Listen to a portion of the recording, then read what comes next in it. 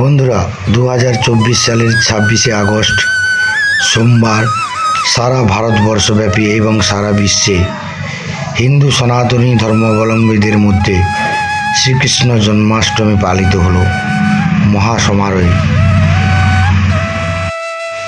গৃহস্থ বাড়িতে, শিক্ষা প্রতিষ্ঠানে, ক্লাবে, সংগঠনে সামাজিকভাবে শ্রীকৃষ্ণ জন্মাষ্টমী পালিত হয় ধুমধাম করে।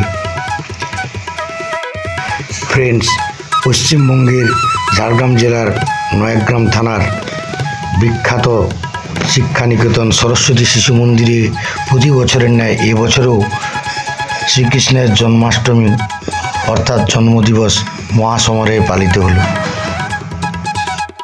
শ্রীকৃষ্ণের পুজো, ছোট ছোট শিশু কৃষ্ণদের উপস্থিতি এবং মনোরম সাংস্কৃতিক অনুষ্ঠানের মাধ্যমে সরস্বতী শিশু মন্দিরে এবছর কৃষ্ণ জন্মাষ্টমী পালিত হয়েছিল।